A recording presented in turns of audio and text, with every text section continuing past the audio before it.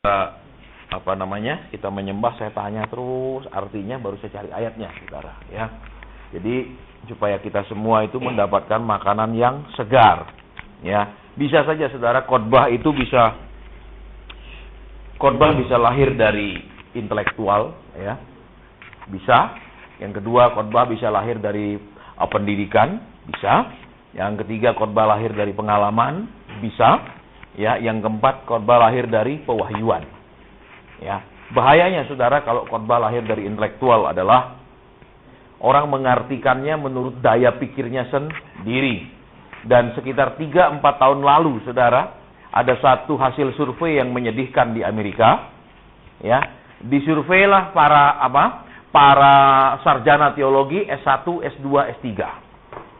Dan ditemukan hasil yang mengerikan, yaitu sarjana-sarjana teologi S1, 70% masih percaya firman itu, Alkitab ini firman Tuhan.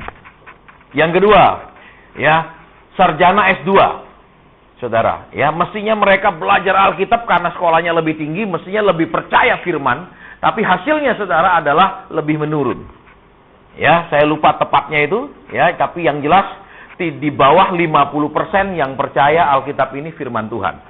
Dan yang ketiga, saudara, sarjana-sarjana yang S3 teologi, ya, didapatkan hasilnya sekitar 15% saja yang masih percaya Alkitab ini firman Tuhan. Ya, berarti apa? Semakin tinggi orang sekolah, bukan semakin percaya ini adalah firman Tuhan, tapi semakin tinggi dia sekolah, dia semakin meragukan ini adalah firman Tuhan. Ya, itu hasil surveinya, saudara.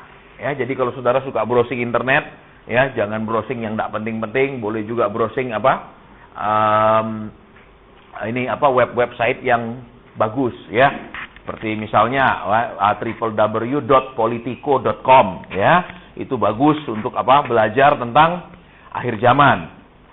Ya, jadi jangan hanya percaya karena gunung banyak meletus sudah akhir zaman, saya nggak percaya, saudara, ya. Terus sekarang gempar Obama pasangin ini, segera akhir zaman, belum. Alkitab bilang itu kan baru dipasang di Amerika, saudara, ya kan? Betul? Nanti kalau sudah seluruh dunia dipaksa pasang, baru bermasalah. Ya, jadi jangan terlalu terpana dengan pengajaran-pengajaran akhir zaman. Ya, saya dari tahun 85 saya masih ingat, setiap minggu saya ikut seminar akhir zaman. Dan tidak ada satupun yang akurat sampai hari ini. Ya, jadi diberikan peta zaman dari zaman Adam ke Abraham, dari Abraham ke Tuhan Yesus, dari Tuhan Yesus kedatangan yang kedua. Itu saya hafal, saudara, kalau suruh saya ngajar seperti itu. Dan ternyata tidak ada yang akurat satupun. Ya, kemudian tanda-tandanya begini. Katanya nanti Eropa bersatu, uangnya begini, ditafsirkan begitu, saudara. Ya, saudara tahu sekarang ternyata uang euro itu adalah uang yang sangat lemah sebenarnya. Karena hanya ditopang oleh dua negara, yaitu Jerman dan Perancis. Dan Jerman pun sudah mengeluh. Kenapa? Untuk mempertahankan uang ini supaya ada artinya, nilainya. Jerman terus-menerus mensupport negara-negara yang masuk di wilayah ekonomi Eropa yang miskin-miskin. Supaya kenapa? Kalau negara ini yang miskin-miskin kemudian ambruk, otomatis uang euro ini juga ikut ambruk. Jadi Jerman dan Perancis lah yang mensupportnya. Berarti apa? Nggak tepat lagi penafsirannya. Ya, kenapa? Karena itu dihasilkan oleh analisa intelektual. Ya, tidak salah, saudara, orang pintar itu tidak salah, tetapi orang pintar kalau keminter bermasalah. Ya, yang kedua, khotbah yang datang dari pendidikan. Ya, warnanya akan apa? Kalau dia tamatan sini, ya begini penafsiran Alkitabnya, begini doktrinnya, begini dogmanya, kita sudah tahu, saudara. Bahkan cara doanya pun kita sudah tahu. Bahkan cara minta dananya pun kita sudah tahu. Ya, saya hafal, saudara, terus terang, karena kami bergerak banyak di pelayanan hamba-hamba Tuhan. Kalau aliran gini, biasanya kalau kami datang langsung nyodorkan proposal. Ya, biasanya proposalnya indah-indah kalimatnya, ya. Jadi shalom, terus macam-macam dah. Ya, terus dia bilang dengan ini kami jemaat di sini ya sedang bertumbuh, sedang berapi-api di dalam Tuhan. Terus ujung-ujungnya apa? Kami membutuhkan. Nah, itu ujung-ujungnya gitu. Saya sudah tahu kalau bunyinya seperti ini pasti dari gereja Udah hafal, saudara. Karena itu aliran sekolahnya seperti itu. Jadi dari Dikan. Yang ketiga dari pengalaman, saudara. Ya, jadi dia akan khotbahkan apa pengalamannya melulu, saudara. Pengalaman seseorang dengan pengalaman orang lain tidak bisa sama. Dan saudara tidak bisa mengatakan itu sesat atau tidak sesat kalau itu pengalaman. Ya, contoh, waktu saya berdoa, saudara, tiba-tiba saya melihat sinar yang begitu terang. Lah, bagaimana saudara tahu itu bohong atau enggak? Bingung toh? Betul? Loh, iya apa tidak? Saudara, ya, beberapa tahun lalu Australia digemparkan oleh satu hamba Tuhan yang menipu. Ya. Nipunya caranya gimana? Ya. Dia menciptakan sebuah lagu yang tenar sekali, ya. Kalau nggak salah judulnya You Are My Healer, Engkaulah Penyembuhku, ya, dan menjadi lagu perdana daripada album gereja yang lagunya tadi kita nyanyikan itu. Ya, berapa tahun lalu? Ya, bagaimana album ini kemudian meledak luar biasa, ya, terkenal sampai di mana-mana. Saudara, dia mengaku dia menderita sakit kanker parah. Terus dia disembuhkan secara ajaib. Lengkap dengan foto-fotonya waktu dia sakit kanker dan dirawat. Saudara. Jadi, dia kemudian nyanyikan itu di mana-mana dan lagu itu menjadi lagu yang sangat top. Ya. Kemudian ada yang pendeta atau yang iseng. Kenapa? Dia pergi cek ke rumah sakit di mana orang ini mengaku dirawat sakit kanker. Rumah sakitnya bilang tidak pernah ada data nama pendeta itu. Ternyata apa, saudara? Semua dibuat. Semua dibuat-buat. Untuk apa? Jadi tenar. Karena saudara dan saya kalau dengar kesaksian biasa-biasa, tidak menarik. Amin. Jadi harus dibikin luar biasa. Amin. Itulah kelemahan ya orang Kristen. Nah, akhirnya terungkap bahwa dia foto-foto selama dia dirawat itu adalah semua foto rekayasa. Dia pura-pura sakit. Saudara bisa bayangkan, orang ingin jadi orang terkenal, sebagai jadi hamba Tuhan terkenal berani nipu. Tapi jemaat juga senang ditipu. Ya, itu saudara. Terus saudara, ya. Kan minggu kemarin saya pelayanan berkeliling beberapa kota. Di salah satu kota, mereka cerita, Pak, masih ingat si Anu? Saya bilang masih ingat. Kenapa saya masih ingat? Waktu kami pelayanan di Australia, dia juga pas pelayanan di Australia. Ya, saya khotbah di gereja lain, dia juga khotbah di gereja lain hari yang sama. Saudara, apa yang terjadi? Jadi saudara, orang Indonesia itu kelemahannya begini. Kalau diundang sama hamba Tuhan, mesti ditulis dulu besar jemaatnya. Ya kan? Misalnya, si pendeta menggembalakan jemaat 20.000 orang. Pasti tertarik hadir. Amin. Amin. Coba bayangkan kalau pendeta menggembalakan 25 jiwa. Mau datang nggak? Mau? Enggak toh? Makanya seringkali dibuat disebutkan dia punya kebesaran pelayanan, bukan kebesaran Tuhannya, tapi besarnya pelayanan, besarnya jemaat yang dia layani. Saudara, sehingga apa? Ya. Orang ini, saudara, untuk menjadi tenar, dia katakan apa? Dia menggembalakan 3.000 jemaat di kota itu. Padahal di kota itu, saudara, ya, gereja yang terbesar tidak sampai 500 jemaat. Itu yang terbesar, saudara. Dia mengaku dia mengembalakan 3.000 di gereja mana di kota itu. Tapi kenapa harus seperti itu, saudara? Supaya satu, yang ngundang balik modal. Maksudnya apa? Loh, kalau ngundang orang kan mesti apa? Biaya. Ya kan? Minimal transport, minimal akomodasi dan konsumsi. Itu minimal 3 macam, saudara, ya. Terus apa? So, kalau dia undang orang terus yang datang sedikit, otomatis bisa tekor. Kenapa? Lo ngundang bayar keluar banyak duit, no? Terus yang hadir sedikit, persembahannya sedikit, terpaksa ambil uang kas, amin? Ya, supaya nggak rugi, harus dibuat apa? Wah, statusnya menggembalakan sekian puluh ribu, supaya terkenal. Maka mereka datang. Nah, seringkali data-data itu direkayasa. Kenapa bisa begitu? Karena orang Kristen itu, saudara, ya, walaupun mereka ngaku bendaharanya Tuhan, tapi ngeluarkan uang tidak pernah tanya bosnya, betul? Dia merasa itu miliknya, amin? Amin? Betul apa tidak? Jadi supaya dia keluar uang, kita harus mengarang cerita sedih. Namanya telling sad story, istilahnya di dalam teknik mengeruk uang orang. Jadi seperti pengemis, tidak mungkin pengemisnya rapi sekali, amin? Betul, gagah, amin? Terus minta Nah mungkin dong maksudnya minta, betul nggak?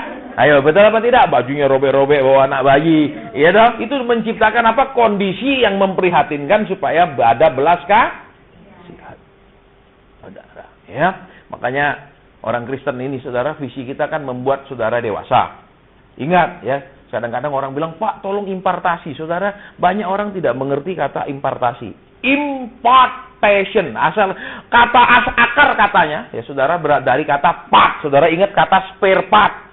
Apa? Spare part itu onderdil. Onderdil apa? Bagian daripada sebuah mesin kan? Nah, impartasi saudara dari kata part ada imnya. Segala yang di dalam bahasa Inggris ada imnya berarti tidak. Contohnya imperfect, tidak sempurna. Ya, contohnya. Nah, jadi impartasi itu apa, saudara? Seperti pohon yang disetek. Tahu pohon disetek? Ya, pohon mau disetek itu kan biasanya batangnya atau rantingnya kan dipilih, terus dilukai, terus dibungkus, kasih tanah, nanti keluar akar. Sudah akarnya banyak, dipotong, ditanam. Nah, pengertian impartasi itu apa, saudara? Ya, saudara disiapkan menjadi tanaman yang baru, bukan terus nempel ke tanaman yang lama. Jadi, kalau saudara dan saya terus jadi jemaat, saja ngikut, saja seperti kerbau yang dicocok hidungnya jalan aja, itu saudara tidak menerima impartasi. Pengertiannya impartasi tadi apa? Seperti pohon yang disetek. Sesudah dewasa keluar akarnya, dia dipotong, dia ditanam. Dia terpisah dan berpisah dari pohon induknya, betul? Betul. Berarti apa, saudara? Saudara tidak boleh terus-terusan ikut. Saya ulang. Ya, makanya di sini saya ingatkan saudara-saudara, visi kita bukan membuat pengikut jadi banyak, tapi supaya saudara ikut langsung Tuhan. Bisa ditangkap maksudnya? Jadi tujuan kami apa? Saudara dilatih berdoa lama, nyembah sampai bisa konsentrasi, nanti karena terus suka menyembah, konsentrasi bisa mulai peka. Nanti saudara akhirnya jadi terima impartasi. Impartasi apa? Saudara siap menjadi tanaman yang dipisahkan dari tanaman induk. Bukan ikut terus begitu loh. Itu enggak namanya impartasi. Nah, sering orang enggak ngerti nama impartasi. Impartasi artinya ditumpangi tangan, diobok-obok rambutnya, digosoki minyak, terima. Amin. Terima apa saudara digosok-gosok begitu? Amin. Ya, makanya belajar asal itu namanya belajar ilmu asal usul kata. Namanya di dalam pelajaran bahasa namanya ilmu morfologi. Berasal dari morfem, akar kata. Ya, karena kebetulan saya jurusan bahasa, karena kalau orang bilang, wah, impartasi. Ya, makanya tujuan kita juga impartasi supaya saudara dan saya ini jadi tanaman yang mandiri, bukan nempel terus, bukan ngikuti kami hamba Tuhan, ya, bukan ngikuti siapapun, tapi ikut Yesus. Tolong perhatikan. Ya, kenapa? Karena kita ikut si A, ikut si B, ikut si C. Habis itu dia mati, kita ikut siapa? Bingung dong habis dia mati? Betul? Loh, kalau dia masih hidup, saudara duluan mati, tidak bingung, amin? Loh, iya toh? Tapi kalau yang saudara ikuti tiba-tiba mati, bingung toh? Betul apa tidak? Jadi, saudara kita ini, ya Rasul Paulus pun bilang, waktu dia tegur apa? Ada yang bilang, ada kami dari golongan Apolos, kami dari golongan Petrus, kami dari golongan Paulus. Apa Paulus senang? Senang dia? Tidak. Berarti apa? Pengajaran yang benar itu membuat saudara ngikut Yesus, bukan ikut siapapun. Saya mau ulang sama saudara. Ya, jadi nanti akan ada waktunya saudara mulai peka, saudara kemudian apa? Ya sudah, pergilah. Karena tujuannya sampai saudara peka, bukan sampai ngikut terus gitu loh, saudara. Ya, saudara kalau ngikut saya belum tentu masuk surga, amin? Betul. Tapi kalau ikut Yesus pasti masuk surga tuh. Terus kenapa mau ikut orang yang belum tentu masuk? Pertanyaannya. Ayo. Karena saya tidak bisa ikut langsung Tuhan sih, amin. Saya hanya ikut yang kelihatan, amin. Begitu kan alasannya? Makanya saudara, kita membuat doa malam seperti ini supaya suatu hari kemudian saudara berasa peka, bisa ngobrol sama Tuhan sendiri, nek ada apa, tanya sendiri, segala sesuatunya langsung sendiri. Sehingga apa? Tidak bisa dimanipulasi, nggak bisa dibohongi, nggak bisa dimanfaatkan orang. Terus apa lagi kalau sudah begitu, saudara? Saudara kalau sudah mulai peka bisa ngelihat rasa, oh ini nggak beres.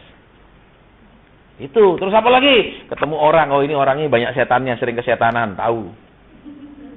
Saudara, ya. Nah, kalau selalu sudah mulai peka, Saudara, jadi tujuannya itu supaya impartasi. Impartasi apa? Seperti pohon yang disetek gitu loh.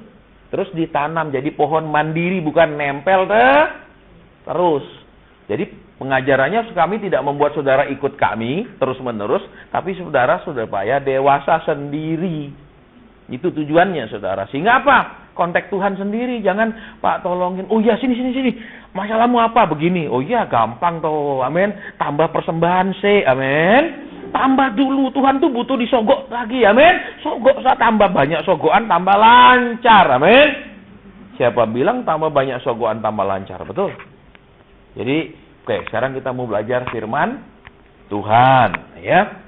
Saya bersyukur, saudara, walaupun kita tidak pindah dari tempat ini, masih cukup banyak yang datang. Amin. Tapi juga saya siap kalau kita tidak pindah dari tempat ini, cuma ada 5 orang pun yang datang, tetap kita bikin doa malam.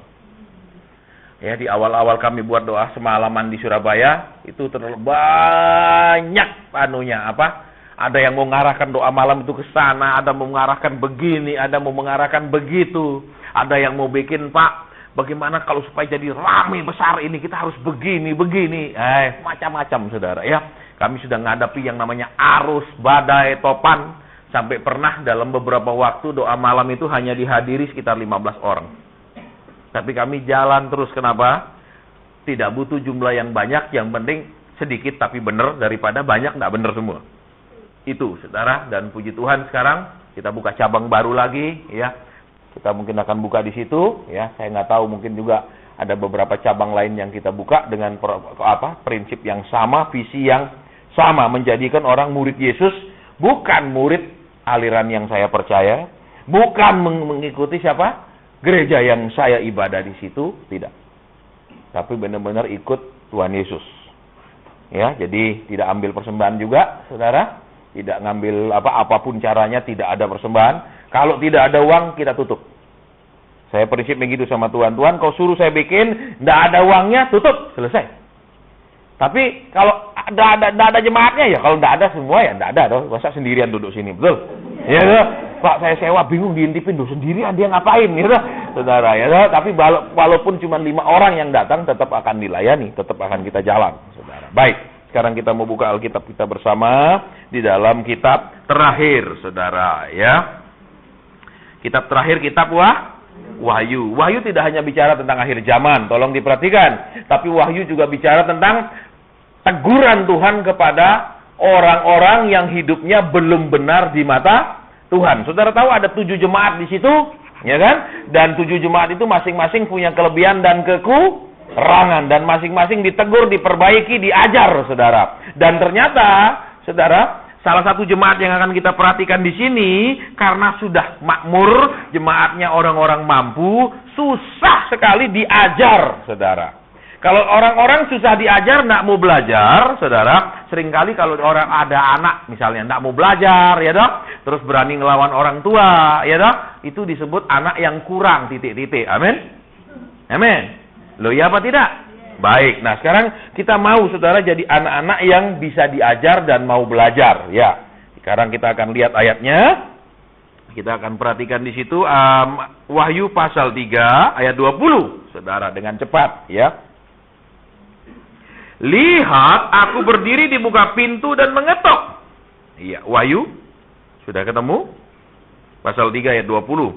Lihat, aku berdiri di muka pintu dan mengetok. Jikalau ada orang yang mendengar suaraku dan membukakan pintu, aku akan masuk mendapatkannya dan aku makan bersama-sama dengan dia dan ia bersama-sama dengan aku. Coba saudara dan saya renungkan yang pertama.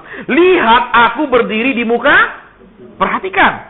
Orang kalau ini kan berarti dia tidak berdiri di muka kamar, amin, tidak di dalam rumah kan, berarti di luar rumah kan, betul. Berarti yang pintu yang dimaksud ini pintu yang menghubungkan antara rumah dengan halaman, betul. Nah, sekarang kita lihat bagaimana caranya ngelihat orang yang berdiri di depan pintu. Satu, pintunya pakai kaca, amin. Loh, iya dong. Kalau pintunya kaca, maafkan saya, kalau pintunya kaca bisa lihat kan? Tapi zaman dulu kan nggak ada pintu kaca, amin. Yang ada pintu kayu, betul? Nah, sekarang perhatikan. Kenapa rumah saudara, walaupun saudara pasangi kaca banyak, tapi kenapa mesti ada gordennya? Kenapa? Kenapa loh? Kok dipasangi kaca, kok buka tutup. Sudah toh dipasangi kaca, nggak usah jadi siang malam kelihatan dari luar. Amin. Kenapa dipasangi? Agak bingung. Loh, Pak ojo ditanya ngantuk. Ya khotbah lah Bapak, wis ngantuk ini. Jadi kenapa dipasang? Karena ada saatnya kita ingin ada apa? Sinar masuk, kita bisa lihat keluar, tapi ada saatnya kita ndak mau dari luar bisa lihat ke dalam, betul ndak? Misalnya mau tidur, kan ditutupin gordennya semua, ya toh? Ndak mungkin mau tidur dibuka semua. Amin. Orang bisa lihat waktu tidur mele sini apa ileran, itu jijiki, betul? Oke. Jadi, Saudara, sekarang pertanyaannya, mengapa rumah mesti ada pintu? Satu, supaya maling ndak masuk. Kan alasannya begitu. Ya apa ya? Tapi yang paling inti kalau rumah ada pintunya apa, Saudara, jelasnya? Supaya hal-hal yang pribadi di dalam, orang-orang tidak bisa ikut masuk ke dalamnya menyampuri, ataupun melihat apa di dalamnya. Amin. Iya apa tidak? Contoh, Saudara, tidak mungkin, misalnya punya rumah, terus kamarnya dibukai, ada tamu, misalnya di ruang tamu, kamarnya dibukain, dilihatin. Kan ada hal-hal yang kita tidak mau orang lain tahu maupun lihat. Amin. Begitu kan intinya? Atau enggak? Nah, sekarang kita mau perhatikan di sini, ya. Lihat aku berdiri di depan. Lah, caranya ngelihat berdiri depan pintu dari kayu piye? Bisa, Pak? CCTV. Tahu toh CCTV, kamera kecil itu? Loh, iya toh bisa. Lah zaman dulu enggak ada toh. Iya apa tidak? Kedua tadi pakai kaca. Amin. Bisa melihat. Berarti apa, Saudara? Yang pertama Tuhan bilang, "Lihat aku berdiri di depan." Lah, tentu saja tidak bisa lihat kalau pintu zaman dulu dari kayu. Iya apa ya? Lah, terus kok Tuhan suruh lihat aku berdiri depan pintu? Udah bingung enggak? Apa Tuhan ini suruh kita matanya seperti, masih ingat film 60 Million Dollar Man? Siapa yang pernah nonton film itu? Itu kan matanya bisa tembus, terus Superman toh bisa tembus. Kalau dia ngelihat tuh matanya bisa tembus tembok. Amin. Itu di film, Saudara. Ya. Nah, lihat di sini. Tuhan bilang, "Lihat aku berdiri di depan." Perhatikan. Jadi supaya bisa melihat, intinya pintunya harus dibuka dulu. Betul apa ya? Loh, kalau pintunya dibuka, orang berdiri kan kelihatan. Tapi kalau pintunya ditutup, dari kayu tidak kelihatan loh. Kecuali dari kaca, atau kaca buram gitu. Oh, ada orang kalau belinya di luar. Nah, lihat. Kenapa seringkali Saudara dan saya tidak bisa melihat kehadiran Yesus dalam hidup kita, dalam masalah kita, dan lain-lain. Letaknya adalah pintu hati kita itu tertutup. Itu aja. Terus perhatikan lagi. Lihat aku berdiri, terus sampai berarti apa, Saudara? Sampai dia mengetuk, berarti walaupun dia berdiri, nggak bisa dilihat. Amin. Ya apa tidak? Nah, tadi kita tahu kan, orang bikin pintu bukan hanya sekedar, ya kan, supaya nggak masuk, tapi supaya hal-hal kita kan ada ruang pribadi kita, ya kan, area pribadi kita di mana kita nggak mau orang tahu, campuri dan lain-lain. Contohnya, Saudara nikah, nggak mungkin seneng mertua ikut campur, amin. Kecuali ikut campur dalam apa? Bantu, pasti seneng, amin. Betul apa enggak? Misalnya mertuanya bilang, "Lah, rumahmu ini kurang anu. Nah, terus dia langsung misalnya pergi toko elektronik, betul? Ini TV kurang besar, tendang, buang, ganti TV 100 in, misalnya itu seneng dong, amin. Loh, kalau mertua gitu seneng enggak ikut campur yang begitu? Seneng. Misalnya, lah ini mobil wis tuwek, ini bakar, misalnya ganti Lexus, pasti seneng, pasti rela sih, bakar ya mah, bakar, seneng dong kalau diganti. Jadi lihat, kita seringkali hanya membuka pintu, ya kan, mengizinkan masuk kalau itu menguntungkan kita, betul? Udah jujur kan, Pak? Ya, coba tapi kalau mertua ngomeli tok, ndak kasih duit, seneng ndak? Seneng. Apalagi kalau sudah ngomelnya banyak, terus minta sering kali, seneng ndak? Terutama istri-istri seneng ndak kalau suamimu bantu orang tuanya? Sering kali? Sekali dua kali aku terima, amin? Amin? Kalau tiap bulan rasanya sulit ku terima, amin? Duh, iya apa enggak? Tapi kalau suamimu bantu keluargamu sendiri, pasti glory, haleluya, puji Tuhan, amin? Duh, wanita begitu saya perhatikan, Saudara. Kalau laki-laki enggak terlalu, kenapa? Coba lihat. Kalau laki kawin masuk, biasanya enggak terlalu ribut sama mertua. Tapi kalau perempuan tinggal serumah sama mertua, biasanya ribut, amin? Iya apa enggak? Umumnya begitu. Berarti apa, Saudara? Karunianya perempuan itu memang susah ada dua wanita di dalam satu rumah tangga, amin? Walaupun satu tua, satu muda, amin? Amin. Loh, iya apa enggak?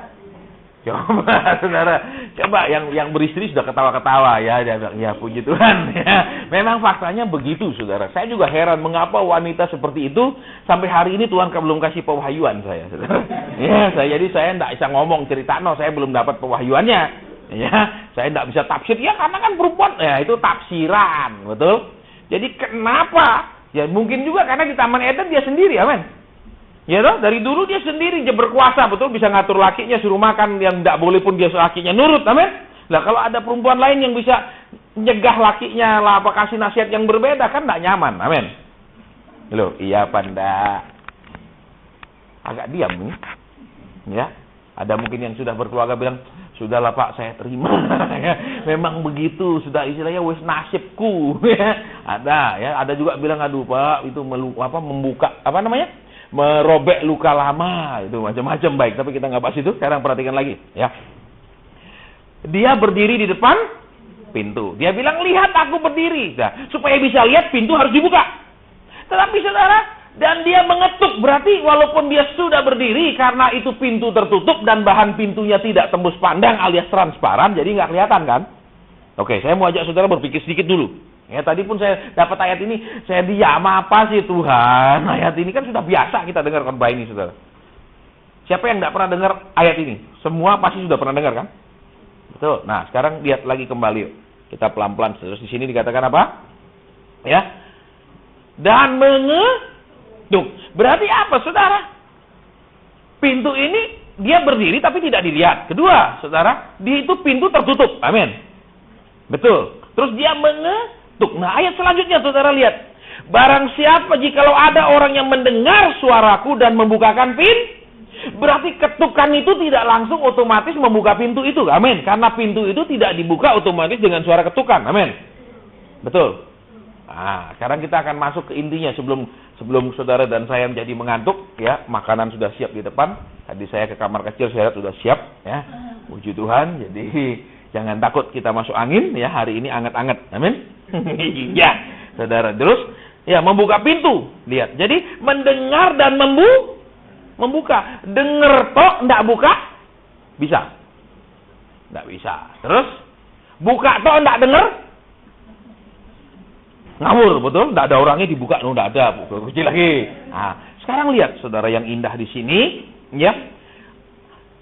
Aku akan masuk mendapatkannya dan aku makan bersama-sama dengan dia. Saudara perhatikan, kalau dari pola kehidupannya Tuhan Yesus, sering sekali Tuhan Yesus kalau makan itu tidak hanya makan, nikmati makan. Dia bilang murid-murid jangan ganggu aku makan.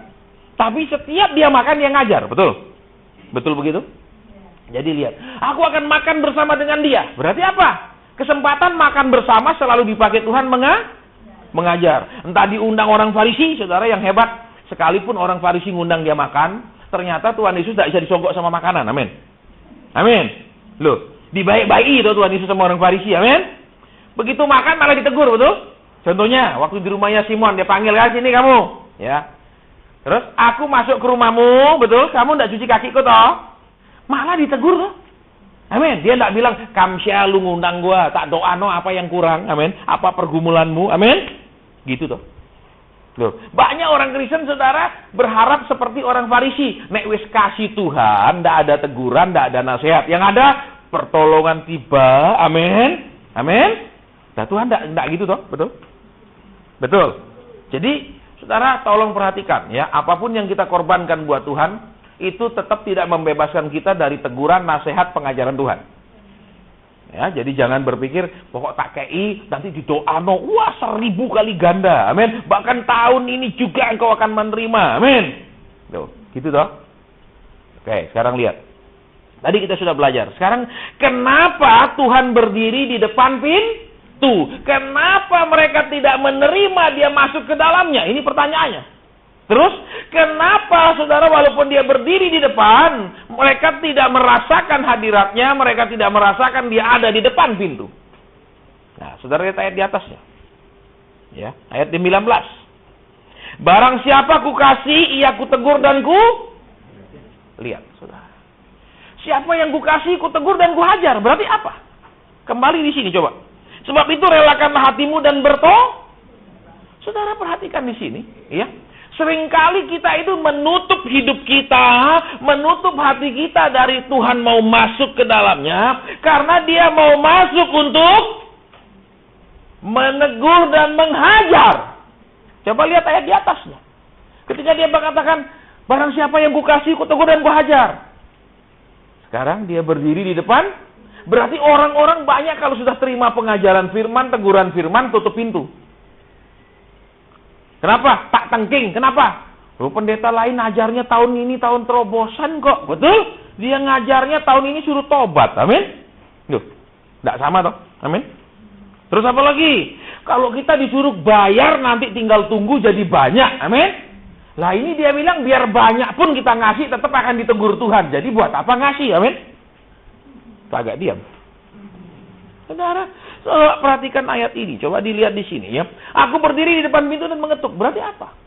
Tuhan sering menghadapi ketika orang-orang yang dia kasihi itu seringkali menutup dirinya terhadap Tuhan. Orang-orang yang dia cintai, yang dia mau tegur dan dia ajar, orang-orang hanya mau dicintai dengan cara diberkati. Orang-orang hanya mau dicintai dengan cara dijawab doanya, dikasih lebih kaya. Padahal Tuhan bilang, orang yang kukasihi, kutegur dan kuhajar. Kalau terjemahan bahasa Inggrisnya katakan, saudara, itu hajar itu chasten. Chasten itu apa? Mendidik anak pakai gebukan. Bukan cuma pakai omongan. Saudara. Berarti apa, saudara? Bagian dari cara kita dididik Tuhan, bukan hanya ditegur halus. Ada bagian di mana kita digebuk. Di mana Tuhan bersikap keras dan tegas dalam hidup kita. Lah kalau digebuk, siapa yang pernah kena sabetan lidi? Kalau ngangkat tangan. Saya pernah. Ya, masih kecil saya pernah disabet lidi sama orang tua saya. Perginya minta ampun, ternyata saudara kena lidi itu, ya. Itu garis, merah terus tuh, perih kalau kena air, ya. Saya pernah ngalamin. Nah, chasten itu seperti itu, saudara. Bukan cuman, ayo berubah ya nak, ya aku sabar, aku tak enteni kon berubah, ya kan? Enggak, saudara. Ada saatnya pakai kekerasan yang rasanya perih, sakit. Saudara perhatikan. Sekarang lihat, makanya kalau saudara, aduh sakit gini, tenang, itu bagian daripada pendidikannya tuh. Tuhan, enggak usah cengeng. Perhatikan, kemarin kita sudah belajar, rubah cara doanya. Betul, jangan Tuhan, tolong. Sekarang datang ke Tuhan, Tuhan apa yang harus aku lakukan? Berhenti doa cuma minta tolong. Oke, kembali lagi ke sini lagi. Yuk. Ya, dikatakan apa? Aku kutegur dan kuhajar. Sebab itu relakan hati. Berarti apa? Kalau kita tidak rela, contohnya misalnya ada persembahan nih, ceritanya persembahan. Saudara, kita ada pelayanan mari saudara berikan persembahan. Kalau saudara tidak rela, masuk tidak di hati kata-kata itu? Ya terserahlah, ini orang miskin kok kita pikirkan, amin. Nah, iya dah. Jadi apa? Kalau sesuatu yang kita tidak rela melakukannya, tidak rela mendengarkannya, tidak rela merubahnya, kita akan tutup diri. Betul? Contoh. Ya, seorang istri misalnya, sudah ampuni suamimu. Tapi kalau dia tidak rela, sudah 10 tahun, Pak. Dia tidak akan mau dengarkan, betul? Dia tutup hatinya terhadap apa yang sebenarnya dia harus lakukan, betul? Nah, kembali ke sini. Ya, Tuhan katakan apa? Dia banyak menemukan rumah-rumah yang pintunya tertutup karena dia mau nunjukkan kasihnya, bukan berupa menjawab, menolong, memberkati, membuat tambah kaya, tapi menegur dan mendidik dengan tegas.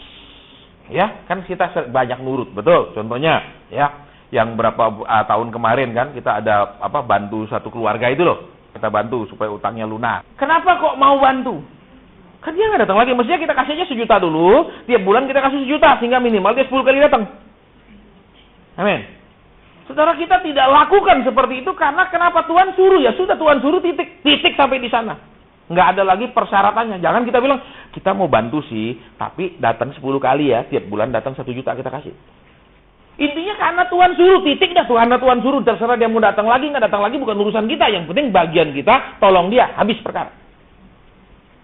Saudara, mungkin saudara bilang, terus pasien kok bisa melakukan gitu? Karena saya ngalami, saudara. Waktu saya dipanggil Tuhan tinggalkan pekerjaan, tahun 90 itu. 3 bulan saya tidak mau keluar dari pekerjaan saya. Cuma 3 bulan tok. Saya masih tawar dulu sama Tuhan. Saya masih tawar lagi. Saya masih itu bilang, kasih syarat sama Tuhan, baru saya tinggalkan. Dan Tuhan tidak mau jawab syarat saya. Salah satu yang saya minta, saya mau pergi pelayanan. Tapi sesudah saya punya uang sekian banyak di bank. Saya mau pergi, Tuhan. Sekarang kasih saya dulu cari uang. Supaya saya nanti pelayanan, tidak mikir lagi tentang uang. Saya sudah punya banyak uang. Tuhan bilang, nggak ada urusan. Layani aku. Ya tapi nanti kalau kurang. Tetap argumen saya kalau kurang. Tuhan bilang, nggak ada urusan. Layani aku. Saudara, saya tawar lagi. Tapi Tuhan saya sekarang ini sedang lanjutkan sekolah komputer. Sampai saya mau jadi programmer. Zaman sekarang gampang, saudara, komputer. Zaman dulu susah setengah mati. Ya, zaman sekarang gampang. Saudara mau bikin website, pakai Joomla jadi. Zaman dulu nggak, suruh sekolahnya. Ya. Kalau zaman sekarang mau kerja kenapa pakai Excel, zaman dulu pakai DBase, pakai ruwet. Saya bilang enggak, saya mau kuliah dulu sampai apa? Sampai saya selesai menjadi seorang programmer komputer. Tuhan bilang tidak, tinggalkan itu. Saya terus tawar. 3 bulan, saudara. Hasilnya 16 tahun aku di padang gurun. Di situ saya kapok bener-bener nih disuruh ojo nunda, akibatnya 16 tahun sengsara. Saudara, nah Tuhan jadi apa? Cuma nunda 3 bulan, amin. Mestinya nek ditunda 3 bulan ya ganti 2 kali lipat aja Tuhan, 6 bulan, amin. Ternyata enggak. 3 bulan dijadikan 16 tahun. Coba saudara bayangkan, berarti berapa kali lipat itu? Coba, 3 bulan berarti kan 1/4 tahun. Betul, 1/4 tahun tuh 3 bulan, kalikan 16 tahun. Berapa kali lipat jadinya hukumannya? 16 kali 4 berapa? Berapa? Segitu kali lipat toh gara-gara coba nunda 3 bulan. Makanya sekarang kapok. Kenapa? Nanti ingat yang dulu. Jadi Tuhan perlu membuat saudara dan saya ini bukan kapok lombok, tapi kapok tua. Ngerti? Supaya harus kapok beneran. Jangan aku kapok sekarang besok lagi, kapok sekarang besok lagi.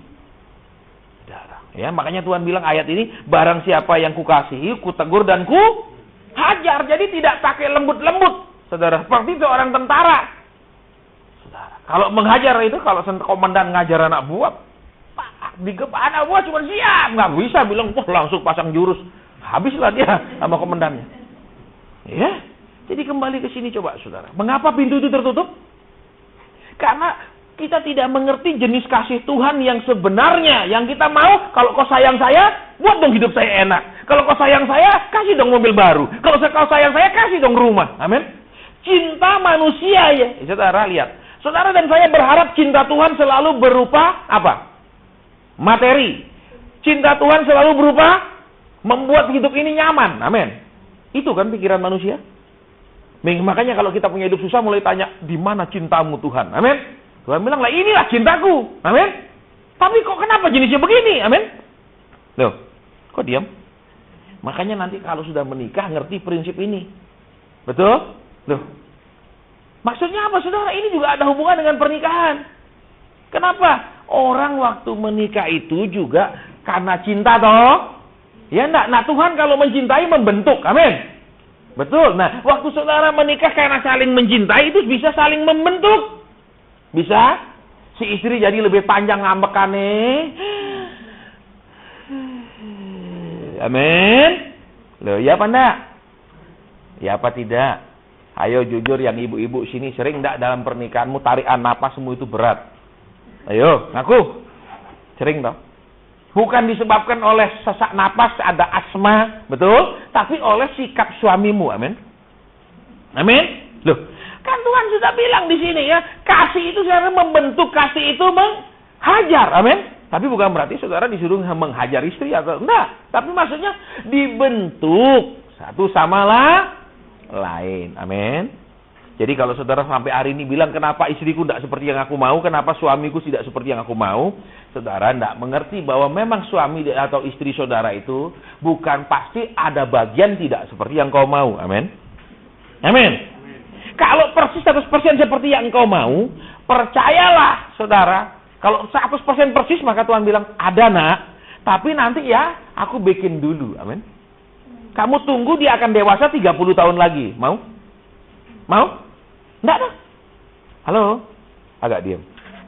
Ya, kalau ngomong pernikahan banyak diam, saya percaya banyak pernikahan yang babak belur, makanya diam. Ya, itu ketahuan, saudara, rasa ya. Jadi nggak bisa dibohongi. Baik, kita lanjut. Sekarang lihat lagi. Aku makan bersama-sama dengan dia. Berarti apa, saudara? Kita tahu kan cerita waktu Tuhan Yesus berjalan ke Emmaus. Masih ingat? Masih ingat? Waktu mereka sedang makan, apa yang terjadi? Mereka mengenal siapa yang mereka ajak jalan bareng, yaitu Yesus. Perhatikan. Ya. Banyak ibadah, banyak liturgi, banyak acara ibadah, ya, banyak orang Kristen. Mereka makan sendiri, tidak bersama Yesus. Maksudnya, mereka seperti ibadah, betul? Seperti orang yang dari jalan dari Yerusalem pergi Emmaus ini kan anak Tuhan nih, ya kan? Ceritanya. Tapi tidak kenal siapa di depan dia. Makanya waktu makan bersama, baru Tuhan membuka mata mereka. Maksudnya apa lagi? Kalau kita mau menutup hati, ya, kita tidak mau tahu Yesus itu berdiri depan kita, pokoknya tutup. Yang kita buka seringkali apa? Bukan pintu hati kita, tapi pintu masalah kita. Amin. Amin. Yesus masuklah ke utangku, bereskan. Amin. Yesus masuklah. Ya dah. Tapi jangan masuk ke akunya toh. Amin. Sering gitu enggak? Sering gitu enggak ngaku? Saudara. Kalau susah sekali kita datang, Tuhan, aku butuh pertolongan. Jarang kita bilang, Tuhan, aku butuh Engkau. Aku butuh pertolongan. Tuhan bilang, aku tidak dibutuhkan. Enggak, Tuhan. Amin. Aku hanya butuh pertolonganmu, betul? Tuh. Kalau saudara menikah, terus saudara bilang, yang aku cuma butuh uangmu, aku tidak butuh kamu. Kira-kira jadi istri senang enggak? Suami senang enggak? Pasti dibilang, terpujilah nama Tuhan. Apa dosaku memberikan engkau sebagai istri? Amin. Betul? Saudara, sering kita sama Tuhan itu kita tidak butuh pribadinya, kita butuh pertolongannya. Amin. Kita tidak butuh isi hatinya, yang kita butuh isi kantongnya Tuhan. Amin. Amin. Terserah Tuhan senang nggak senang, yang penting saya harus dibikin senang. Begitu kan praktek kekristenan? Betul, saudara? Makanya zaman sekarang kalau diajar tahun percepatan, amin, ikut Ciswa cepat kaya, pasti ikut rame. Betul? Betul apa enggak? Ngaku. Kenapa enggak ikut? Karena udah sakit hati. Betul? Kalau enggak dibikin sakit hati pasti ikut terus. Ayo ngaku. Ya enggak? Jadi kembali ke sini ayo saudara lihat ya. Tuhan bilang, aku yang ku kasih, ku tegur dan ku hajar. Maka dia datang, dia menemukan pintu-pintu yang tertutup. Saudara, berapa banyak kita sama Tuhan sebenarnya maaf kata pintunya masih tertutup. Kita beribadah tapi menurut cara kita. Kita beribadah menurut pandangan kita. Coba lihat ayat di atasnya sekarang. Ayo, saudara. Ya. Kita mau lihat ayat di atasnya. Ayat ke-14. Saudara. Ya, ayat 14. Ini kan Tuhan ngomong ke jemaat ini toh. Ayat 14 ini. Yuk. Dan tuliskanlah kepada malaikat jemaat di Laodikia, inilah firman dari Amin, saksi yang setia dan benar, permulaan dari ciptaan. Aku tahu segala pekerjaanmu, engkau tidak dingin, tidak panas, alangkah baiknya jika engkau dingin atau panas. Ya, terus selanjutnya harus kita perhatikan ayat 17. Karena engkau berkata, aku kaya, aku telah memperkayakan diriku, aku tidak kekurangan apa-apa. Ya, dan karena engkau tidak tahu bahwa kamu melarat, malang, miskin, buta dan lihat. Menurut mereka jemaat kaya. Mereka orang yang diberkati. Saudara seringkali maaf kata ya, saudara senang pergi, maaf kata nih, ya kita ngomong jujur ya. Saudara pilih pergi pendeta nggak terkenal apa terkenal, jujur aja. Terkenal, amin. Kalau datang dari Amerika, saudara siap-siap datang 2 jam sebelumnya ada duduk, amin. Ya apa enggak? Agak diam, nggak mau ngaku, amin. Saudara, lihat di sini.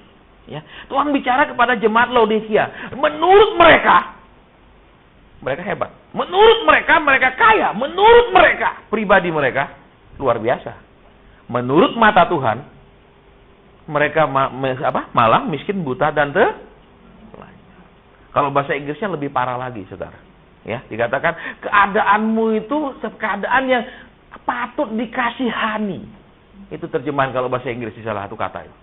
Kondisi yang istilahnya benar-benar kalau orang Jawa Timur bilang sakno. Saya nggak pernah dengar orang Jawa Tengah bilang sakno itu. Ya, kalau Jawa Timur sakno berarti benar-benar memprihatinkan. Nah, lihat saudara. Ya. Saudara dan saya kalau ibadah sama Tuhan, nggak bisa mengukur saudara saya benar atau tidak menurut ukuran diri sendiri. Amin. Kedua, nggak bisa ngukurnya dengan ukuran materi. Tolong ditanam. Tuhan bilang, mereka bilang kami kaya kami. Tuhan bilang kamu miskin di mataku. Berarti apa saudara? Ibadah itu nggak boleh pakai ukuran duit. Halo? Halo? Ibadah itu nggak boleh selalu ngomong duit. Terlebih lagi ibadah itu tidak boleh selalu minta duit. Amin. Amin. Tapi kenapa seringkali saudara dan saya gampang ngasih? Satu, kenapa? Terhipnotis oleh emosi. Amin. Amin. Ya apa enggak? Contohnya, ayo tulis janji iman, cepat-cepat tulis. Amin. Kenapa saudara tidak disuruh bilang, coba kamu uji dulu. Kalau memang kamu digerakno, ya besok balik bawa. Amin. Kenapa saudara tidak disuruh uji dulu? Ayo. Kenapa? Mumpung saudara lagi terhipnotis, tulis janji. Amin. Pulang tengkar sama istri sering. Ini kisah nyata saudara. Ya, dari salah satu orang yang terus pulang istrinya bilang, kamu tidak tanya aku dulu. Ribut rumah tangga itu. Ya, terus hasilnya apa? Bukan sejahtera, tapi hasilnya rumah tangga jadi kacau balau karena istrinya emosi. Karena kenapa? Uang yang dia berikan itu bukan 100% uang dia, itu juga hasil kerja istrinya. Ya, siapa orangnya saya nggak sebut. Saya khawatir saudara kenal nanti bermasalah. Ya. Baik, terus saudara lihat lagi di sini apa? Ya. Mereka itu dikatakan Tuhan apa? Engkau tidak dingin tidak? Lihat, padahal mereka Tuhan bilang nggak, lihat ayat di atasnya saudara, ya, ayat di atasnya, ya. Aku kaya, aku telah memperkaya diriku, aku tidak kekurangan apa? Berarti apa saudara? Tuhan bilang kamu tidak dingin, tidak panas loh. Padahal mereka kalau nggak kurangan apa-apa cari duit giat nggak? Giat nggak? Kecuali lihat, orang kaya kan biasanya karena bukan cuma warisan, amin. Cari sendiri, amin. Loh, kalau warisan biasanya bisa gampang habis karena kenapa? Mereka tidak diajar memakainya. Tidak merasakan bagaimana sulitnya mendapatkannya. Begitu diwariskan dipakai semaunya. Saudara, ya, waktu saya kuliah pun saya punya langganan satu orang tukang jual bakso. Satu tukang jual bakso, satu lagi jual kacang rebus. Saudara. Jadi kalau malam habis saya makan, saya jalan-jalan. Ya, karena dia berjualan di depan bioskop. Zaman dulu tahun 80-an tuh masih laku bioskop. Ya, saya suka beli kacang rebus sama kadang saya makan bakso di situ. Salah satu dia dua orang yang berbeda, ya. Yang saya tidak lupa adalah si dagang bakso. Ketika saya makan bakso dia tanya, "Dek, mau kuliah di sini ya?" Iya. Dia bilang, "Dek, kalau kuliah baik-baik ya.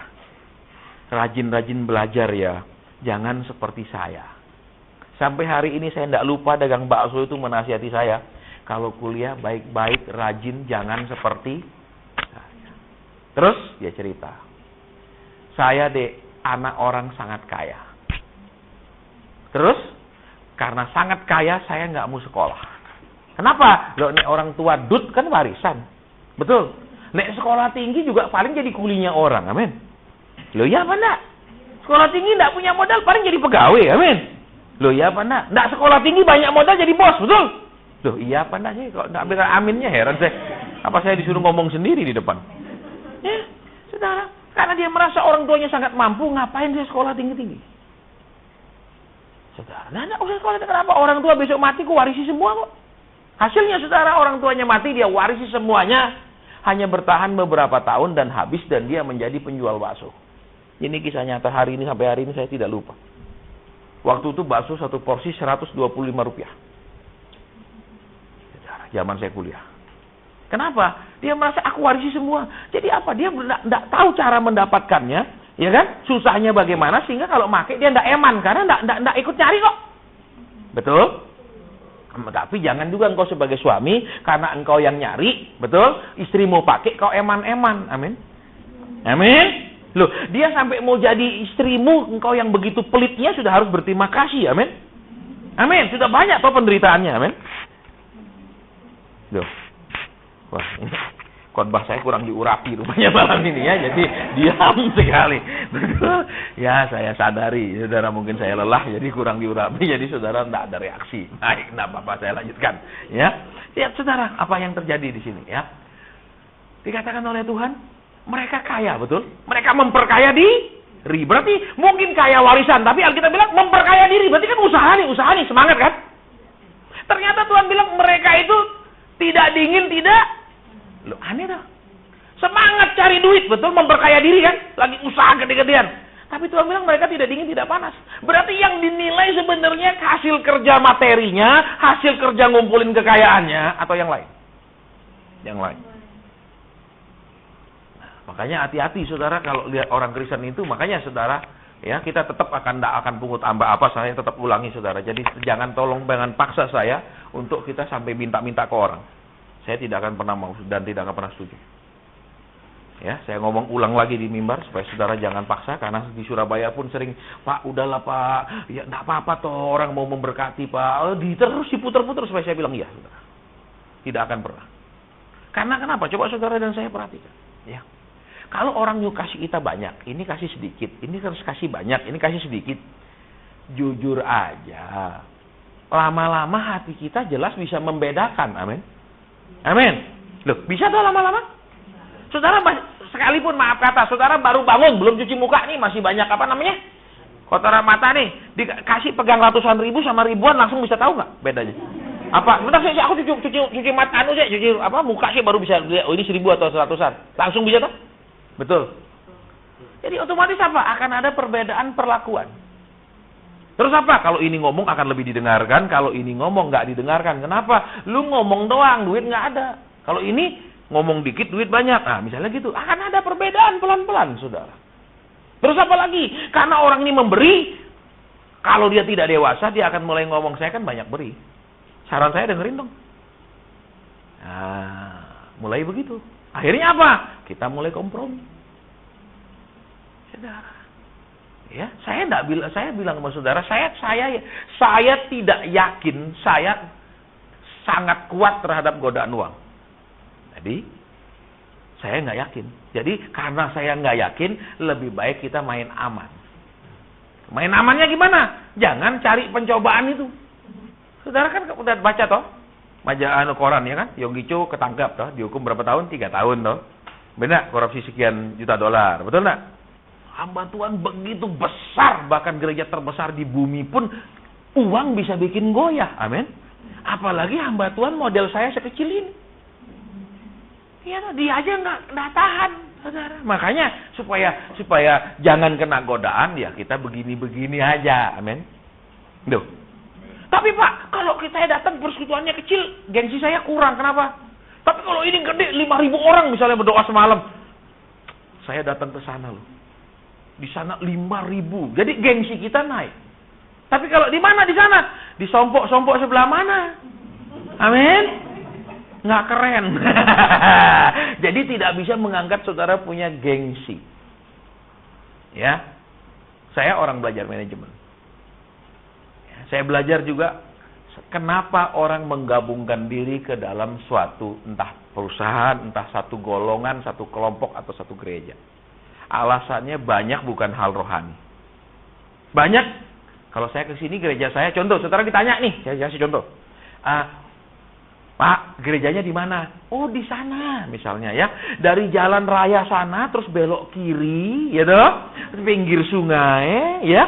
Terus dari pinggir sungai itu terus sampai mentok, nyebrang pakai getek, ya toh. Ada nggak bisa dibanggakan? Bangga cerita gitu? Enggak toh, tapi kalau Bapak gereja di mana? Gereja yang paling besar. Keren enggak nih ngomong gitu? Saudara, itu salah satu sebab orang menggabungkan diri bukan karena alasan rohani, tapi alasan dia mengidentifikasikan dirinya dengan sebuah kelompok yang elit. Makanya karena saya belajar manajemen, saya memahami gejala psikologi seperti itu. Dan kita tidak mau pakai cara-cara seperti itu. Saudara datang bukan karena ada pembicara terkenal. Saudara datang bukan karena ada janji dahsyat-dahsyat. Saudara datang karena mau dewasa, itu aja. Ya, jadi nggak ada penjual HP, amin? Sudah? Harapan-harapan palsu. Tahun ini. Apa tahun ini terus? Bohong semua. Amin. Loh, betul apa enggak? Ya dong. Buktinya kan banyak sekali. Cuman kalau yang dibohongi enggak boleh minta izin naik mimbar, betul? Pak, saya mau bersaksi, Bapak bohongi saya. Dikasih enggak naik mimbar? Enggak boleh. Tapi kalau Pak, saya mau saksi, saya waktu didoakan Bapak sukses, boleh dah? Iya. Satu sukses, 999 hancur. Tapi yang 990 mingkem ya. Betul? Nggak boleh banyak ngomong. Amin. Saudara. Baik, kita lanjutkan. Yuk kembali di sini. Jadi ingat, ya, mereka kaya dan memperkaya diri. Tuhan bilang panas juga tidak, dingin tidak. Tuhan bilang mereka ini apa? Suam. Berarti apa, saudara? Saya sering khotbahkan begini. Kalau saudara punya anak bayi, nggak mungkin dimandiin air panas, betul? Anak bayi juga dimandiin air dingin nggak baik. Harus yang suam. Nah, caranya bikin air suam-suam. Satu, dipanasin sebentar, anget, matiin. Betul. Kedua, kalau punya termos, air panas toh, masukin air termos, terus campur air dingin. Berarti yang pertama, apa? Orang suam-suam, dia cuman anget. Artinya apa? Bertobat, ikut Yesus, jadi anggota gereja, tapi tidak terus berubah, bertobat, tambah lama, tambah hidup benar. Cuma macetnya sampai percaya, tobat, jadi anggota. Itu yang suam kalau seperti air yang dipanasin sebentar. Yang kedua, saudara, air yang dicampur. Panas dan dingin. Kenapa dia bersemangat ikut Tuhan? Bukan karena cinta Tuhan, tapi dijanjikan tahun ini akan dibuat jadi kaya. Amin. Loh, jadi yes! Doanya, betul? Loh. Ayo kalau saudara dengar khotbah-khotbah yang begitu kan selalu tepuk tangan, yes, amin, betul? Tapi kalau disuruh berubah, apanya lagi yang harus dirubah? Amin. Saudara, jadi kembali saudara dan saya coba lihat di sini, ya. Tadi apa? Dicampur antara dingin dan panas. Berarti apa, saudara? Yang rohani dicampur dengan yang jasmani. Loh, saudara, kita ini ibadah sifatnya jasmani apa rohani? Dua-dua. Jasmaninya hadir tapi bersifat rohani juga, amin. Loh, bersifat rohani gimana? Jangan jasmaninya hadir, pikirannya kemana-mana, betul? Tadi khotbahnya apa? Embuh aku. Yang penting aku hadir, amin. Gitu. Itu namanya datang untuk tanda tangan absen, tapi pelajaran tidak diikuti, betul? Oke. Yang ketiga, bagaimana dapat air suam-suam? Air yang sudah panas dibiarkan sampai mendingin, amin. Berarti apa? Mungkin saudara waktu tobat, benar-benar suka baca Alkitab. Mungkin waktu tobat tidak pergi gereja, amin. Tapi tiap kali lama-lama ngelihat kelakuan, melihat, lama-lama dingin. Saudara kan pernah dengar cerita saya. Zaman dulu kenapa saya sangat menghargakan seorang hamba Tuhan? Karena kan saya anggap itu pekerjaan yang mulia, yang tulus. Saudara, betul? Begitu saya masuk ke pelayanan, tidak berapa bulan saya bilang, Tuhan, saya mau keluar. Kenapa? Lebih baik saya usaha sekuler. Kenapa? Ternyata yang saya anggap begini kudus, begini suci ini ternyata lebih kotor daripada orang dagang. Kotornya gimana? Kalau orang dagang, saudara, misalnya kita kerja on the real. Orang kalau mau beli on the real, kita mau tanya, mau yang ori apa KW? Tergantung dia punya uang. Kadang ya dong, tergantung dia punya budget yang mana. Kalau dia bilang, enggak apa-apa deh yang KW. Ya budgetnya dia untuk perbaiki KW, ya kita kasih KW. Tapi kan enggak mungkin kita bilang, ini ori dalam nama Yesus. Terus saudara imani Tuhan akan merubah barang KW jadi ori, amin. Lah Tuhan enggak tukang bocok-bocok gitu, amin. Betul apa ya? Nah, berarti apa saudara? Orang dagang pun kan, kalau orang dagang kan sama-sama cengli dia. Misalnya kita order barang kemana, dia akan bilang, mau KW atau ori? Dia kan tanya juga, dia akan kirimkan kita. Kalau kita order KW, dia akan dikirimkan KW, ori dia akan kirim ori kan? Karena kalau dagang, kita hanya bisa bertahan kalau kita jujur kan? Tapi kalau nggak jujur, sekali kita nggak jujur, orang nggak percaya kan? Nah, lihat. Tetapi kalau pelayanan, kita nggak jujur berkali-kali pun tetap bisa dipercaya. Alasannya, misalnya, kalau saudara begini, nanti jadi begini. Tidak terjadi, terus saudara komplain, engkau yang salah, kamu kurang iman, kamu kurang tulus. Loh, amin? Halo? Loh.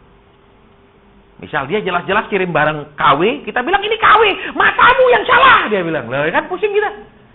Betul nggak? Loh, ini saya tahu, saya nggak kerja gini 1-2 tahun KW. Enggak, matamu yang perlu diperiksa. Terus piye?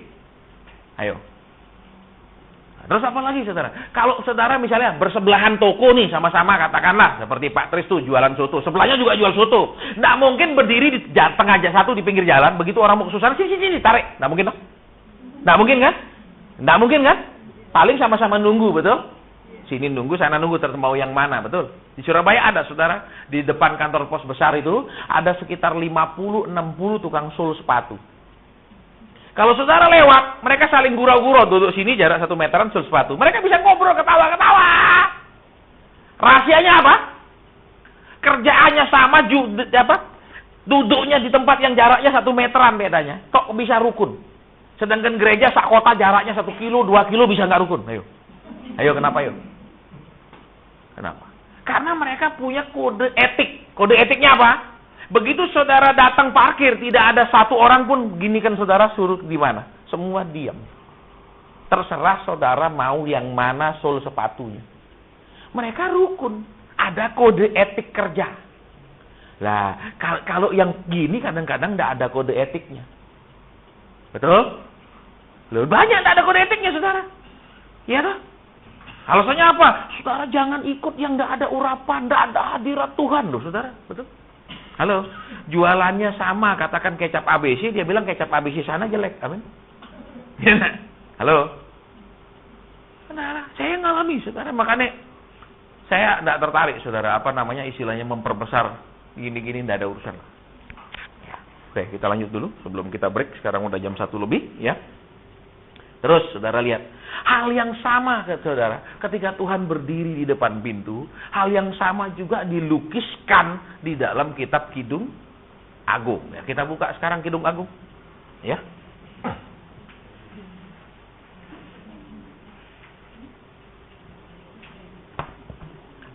Kidung Agung pasal ke-5. Sudah? Ayat kedua. Kidung Agung pasal 5 ayat 2. Aku tidur tetapi hatiku bangun. Dengarlah kekasihku mengetuk. Bukalah pintu dinda manisku, merpatiku, idaman-idamanku, karena kepalaku penuh embun dan rambutku penuh tetesan embun malam. Lihat jawaban yang perempuan. Bajuku telah kutanggalkan, apakah aku harus mengenakan? Bajuku telah kutanggalkan, apakah aku akan mengenakannya kembali? Kakiku telah kubasuh, apakah aku akan mengotorkannya kembali pulang? Lihat, kekasihku memasukkan tangannya melalui lubang pintu, berdebar-debarlah hatiku. Aku bangun untuk membuka pintu bagi kekasihku, ke tanganku bertetesan embun, bertetesan cairan mur jari-jariku pada pegangan kancing pintu. Kekasihku bukan pegangan pintu, tetapi kekasihku sudah pergi lenyap. Seperti pingsan aku ketika ia menghilang. Ku cari dia tetapi tidak kutemui, ku panggil tetapi tidak disahutnya. Lihat saudara. Ya. Ini kan cerita Salomo sama Sulamit. Saudara tahu, Salomo punya istri 1000. Tapi wanita yang paling dia cintai cuma satu orang, namanya Sulamit. Berarti apa? Memang benar di dalam hidup manusia itu ada yang namanya true love. Cinta sejati. Walaupun itu bisa dia cinta cuma satu. Ini kan 1000 istri Alkitab catat, betul, 700 istri terus 300 gundik. Tapi yang paling dia cinta cuma satu. Saudara, sampai mereka dibuatkan kebun di En-Gedi. Ya, kalau saudara pernah pergi Israel, En-Gedi itu ada di daerah dekat Laut Mati. Sampai hari ini menjadi taman nasional. Sampai hari ini banyak sekali pohon-pohon di tempat itu. Dan di sana ada satu air terjun di taman itu. Di dekat air terjun itu ada satu buah gua. Dan di sekitar En-Gedi itu hanya ada gua cuma satu. Disitulah tempat Daud bersembunyi waktu dikejar oleh Saul. Ya. Oke, jadi kapan-kapan pergi Israel biar tahu ceritanya, saudara ya. Oke, dan di sampai hari ini, saudara, di kebun itu yang menjadi taman nasional, saudara bisa ketemu kijang kecil-kecil yang ada ditulis di Alkitab, banyak kijang di situ sampai hari ini. Saya pikir itu saudara, karena kecil-kecil ya, itu besarnya seperti kancil, ya, besarnya seperti anjing baru, katakan berapa 6 bulanan umurnya gitu, anjing lokal yang 6 bulanan. Banyak kami bikin ibadah di situ, dia liwat-liwat, saudara, gatel tangan saya. Ya, karena kalau pemburu suka bedil itu tak lihat binatang gatel. Untuk ditembaki, bukan untuk dielus, saudara ya. Tapi, Pak Pendeta kok nembaki? Loh, ya ditembak untuk dimakan toh. Amin. Loh, saudara makan soto ayam, ayamnya memang hidup-hidup dicemplungi. Enggak toh? Tapi kan bukan saya yang potong loh. Saudara makan toh barang yang dipotong, saudara terlibat dalam pembunuhan ayam itu. Amin. Loh, ya apa enggak? Betul, kembali ke sini. Yuk kita lihat ya. Ini si laki datang nih. Betul? Ngetuk pintu. Amin. Si perempuan bilang apa? Lihat. Mengetuk pintu, dia panggil toh, Dindaku, manisku. Halo. Coba lihat pujiannya CAKE, amin. Iya apa enggak? Iya apa enggak? Loh, coba lihat. Salomo walaupun istrinya banyak 1000, tapi sama yang dia paling cintai tetap manis. Amin. Ya, coba yang sudah nikah panggil istrinya apa? Halo. Ayo. Ayo. Oh, panggil nama tok kan lebih mesra. Tidak salah panggil nama, tapi nadanya bisa enak enggak? Sama enggak seperti waktu dulu belum nikah? Ayo, terus waktu nyentuh istrinya tangannya sama enggak? Enggak sama. Betul? Ya apa enggak? Kalau dulu masih belum legal, betul? Masih dilarang firman, ingin nyentuh aja. Amin. Tapi sudah legal, sah, enggak sentuh-sentuh, amin. Ya toh, karena keturunan maling. Kenapa firman Tuhan bilang yang curian lebih manis? Ya toh? Loh, ya apa enggak? Ayo, yang pacaran, ayo ngaku. Ya toh?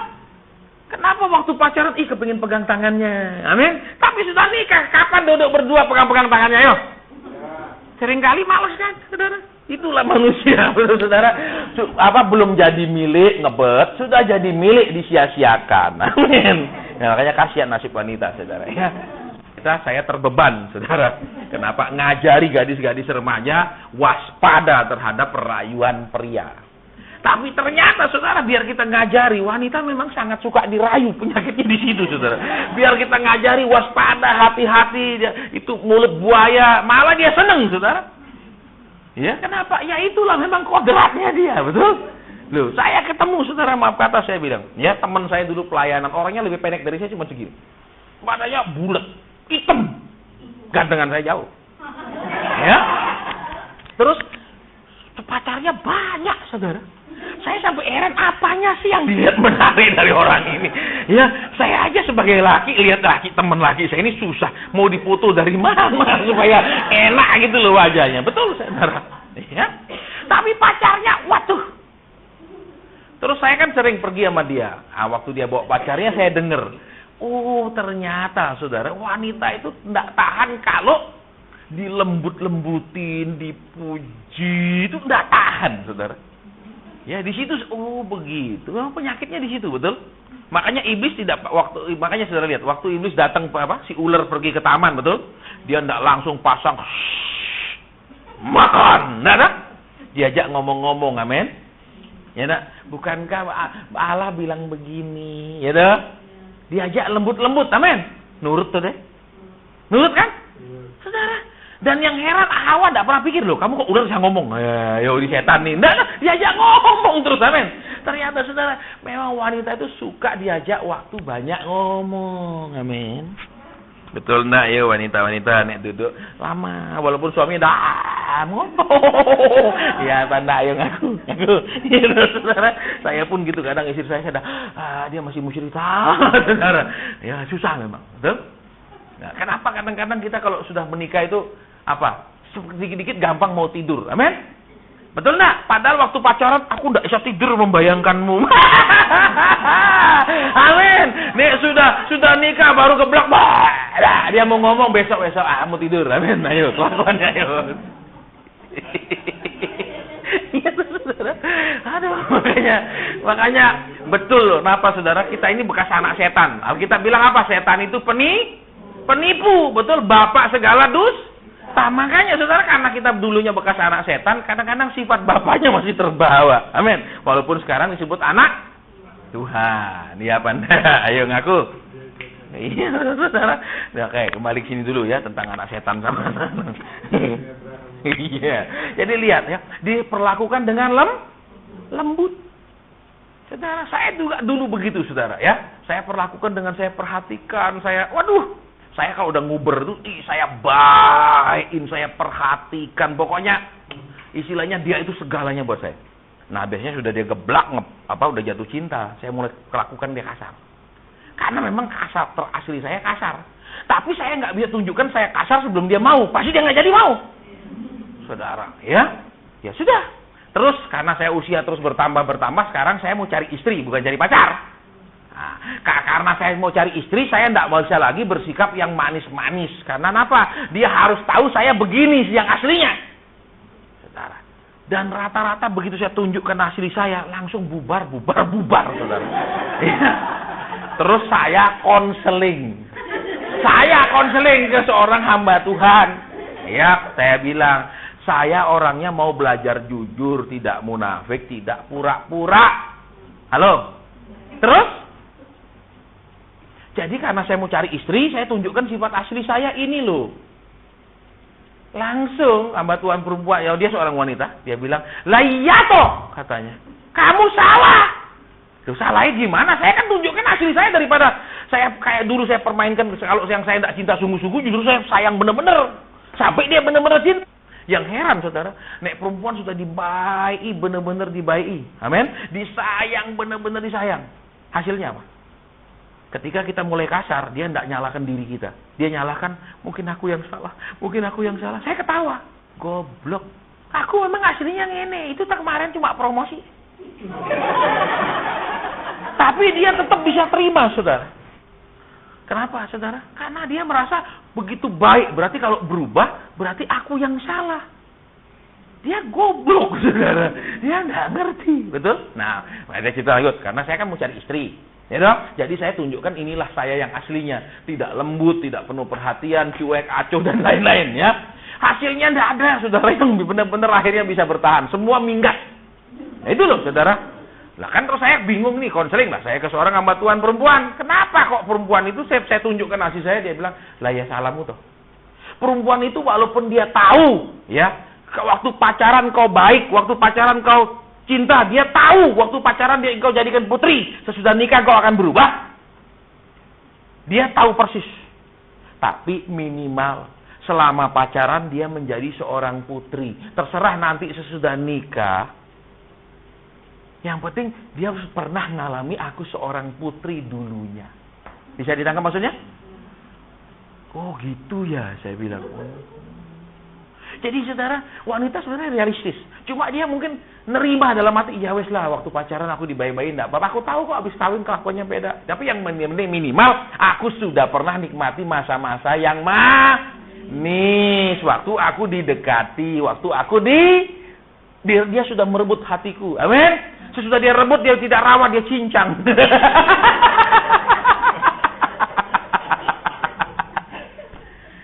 Saudara, aduh makanya saya kalau nangani orang menikah juga kadang-kadang saya lucu, saudara ya. Kadang saya pegel kalau dengar, dia ketengkar. Hei, padahal coba lihat kalau saudara lihat orang pacaran lagi di mall, coba. Gandengan, so happy ngomongnya. Aduh, betul apa nak? Ayo, bener nak? Tahu masih pacaran, betul? Tapi begitu sudah nikah kan kaku-kakuan. Ya, saudara. Memang. Karena tujuan akhirnya hanya pernikahan. Bukan tujuan akhirnya keluarga bahagia, tapi cuma pernikahan. Yang penting aku sudah dapat dia, jadi istri. Selesai. Cuma sampai dia dapat dia. Masalah membahagiakan dia tidak ada di agendanya. Amin, tidak ada di rencana. Yang penting dapat dia jadi istri. Ya itu penyakit, saudara ya. Makanya saya sering kalau khotbah di anak muda, saya cerita sama mereka supaya terutama pemudi-pemudi itu agak sedikit waspada. Semakin manis bibir seorang laki-laki, nanti menikah semakin pahit biasanya yang dialami. Ya, tapi kalau sudah pahit sebelum nikah, hati-hati, minggat daripada dilanjutkan, saudara. Iya, jangan maju tak gentar. Nanti nyesel sendiri, saudara.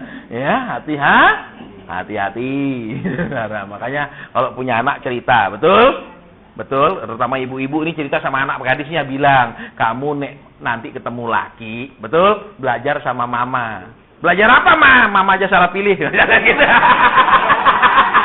Ya, belajar penderitaan mama supaya kamu tidak salah pilih. Amin. Lo bagaimana mama aja goblok, anak perempuan ini bisa pinter. Amin. Halo. Halo. Loh, iya saudara. Makanya orang misteri, saudara, betul. Orang nikah itu misteri. Kenapa misteri? Saudara, karena kan dua-dua saling cinta, tapi seringkali salah satu sesat. Amin. Apakah cinta itu mendatangkan kesesaan? Tidak mungkin. Amin. Loh, ya apa enggak? Coba waktu pacaran lagi melamun membayangkan, aku jadi bapak yang baik. Yang sana juga di rumahnya masih, aku akan jadi ibu yang baik. Amin. Begitu nikah kok dua-dua tidak baik. Amin. Itu salah baca apa namanya?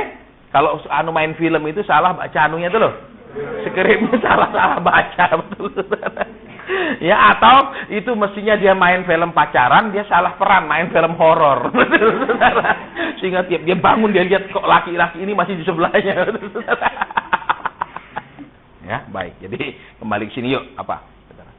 Firman Tuhan katakan, yuk kita kembali dulu. Itu yang dialami, saudara. Ya. Aku tidur tapi hatiku bangun. Dengarlah kekasihku mengetuk. Bukalah pintu, Dinda, manisku, ya merpatiku, idamanku. Halo. Coba lihat, cara manggilnya mesra sekali, amin. Amin. Coba waktu baru nikah, mesra enggak? Sudah punya anak, masih mesra 1, 2, 3, amin. Mesrabutan. Iya, saudara. Oke, ya, baik. Sekarang lihat, ya. Bajuku telah kutanggalkan, apakah aku akan mengenakannya lagi? Kakiku telah kubasuh, apakah aku akan mengotorkannya? Ini istrinya udah siap tidur. Si suami baru datang. Dia bilang, aku udah ganti baju, aku mau tidur. Terus aku udah cuci kaki, aku nggak mau turun buka pintu. Saudara perhatikan. Bukankah sering kalau Tuhan bangunkan saudara dan saudara bilang, saya mau tidur, besok ada kerjaan, amin. Ketika Tuhan bilang, sudah berhenti nonton TV, ya toh, istirahat. Seringkali nggak didengar juga toh, amin. Sering Tuhan ingatkan kita, sudah baca firman belum? Nggak dibaca toh. Halo, sama nggak seperti ini Salomo punya pengantin itu? Sama toh. Aku udah ganti baju, ini sudah pakai baju bobo, ngapain aku keluar buka pintu? Aku udah cuci kaki, ngapain aku kotorin kakiku pergi bukain kamu pintu? Betul? Seringkali kita gitu, Tuhan aku udah siap tidur. Amin. Baca firman, aku tidur ya Tuhan. Amin. Tuh, ya toh. Terus kadang-kadang Tuhan bilang, ayo berdoa, aku lelah ya Tuhan. Amin. Tuh, ya toh. Sama toh persis kejadiannya. Ya toh, saudara. Terus hasilnya saudara perhatikan di situ. Ternyata apa? Yang pria tidak terus menunggu kan? Hasilnya dikatakan apa? Lihat, ayat 5. Aku bangun membuka pintu bagi kekasihku. Ayat 6. Kekasihku bukan pintu, tetapi kekasihku sudah pergi Saudara, akan ada waktunya Tuhan itu hilang sabar sama saudara dan saya. Jadi selama mungkin saudara Tuhan bangunkan, ayo bangun berdoa. Ayo baca firman. Turuti. Akan ada waktunya saudara nggak akan digerakkan sekalipun, nggak akan diingatkan sekalipun lagi. Ya, jadi jangan nyesel nanti kalau tiba-tiba saudara tidak baca Alkitab pun 1 tahun nggak ada rasa apapun. Seringkali kita bersikap seperti ini kan sama Tuhan. Bangun pagi, Tuhan mau buru-buru, amin. Jadi nanti kalau sudah kepepet, kejeduk, semua ditutup, baru Tuhan, aku punya banyak waktu buat engkau. Amin. Tuhan bilang, maaf, waktuku buat engkau sudah habis. Amin. Lihat ayat ini, saudara. Ketika kemudian kekasihnya terus mengetuk, ya kan, sampai Alkitab bilang apa? Tangannya sampai mau buka itu kunci toh, dia tetap tidak bergerak. Baru kemudian dia berasa kepingin bergerak, kemudian dia buka, sudah nggak ada. Jangan sampai suatu hari ketika saudara disuruh berdoa, disuruh baca firman, ya, ketika saudara dan saya terus lawan, suatu hari tidak akan digerakkan sekalipun lagi dalam hidup saudara dan saya. Ya, hati. Ingat, saudara, mengapa ketika saudara dan saya punya masalah, jawabannya bertahun-tahun? Bisa bukan karena saudara dan itu belum waktunya, tapi bisa karena saudara dan saya harus membayar harga ketika acuh sama Tuhan bertahun-tahun. Iya kan? Ingat, saudara, Tuhan Alkitab bilang Tuhan membalas aku menurut perbuatanku. Saudara dan saya acuh sama Tuhan, satu hari bisa Tuhan acuh sama saudara. Ya. Tapi sekarang saya cari Tuhan, saya sungguh-sungguh. Sungguh-sungguhnya sesudah ada masalah apa sebelum? Pertanyaannya kan di situ. Betul? Saudara, jadi mumpung saudara dan saya tahu lah, hidup ini tetap saudara hidup benar, tidak benar, tetap ada masalahnya. Betul? Jadi, ayolah sungguh-sungguh sama Tuhan, saudara dan saya tetap butuh Tuhan kok. Jangan jual mahal, kenapa? Lagi seneng tidak butuh Tuhan, lagi stres berat, baru cari-cari Tuhan. Tuhan nggak bisa dijadikan tambal butuh. Ngerti bahasa saya?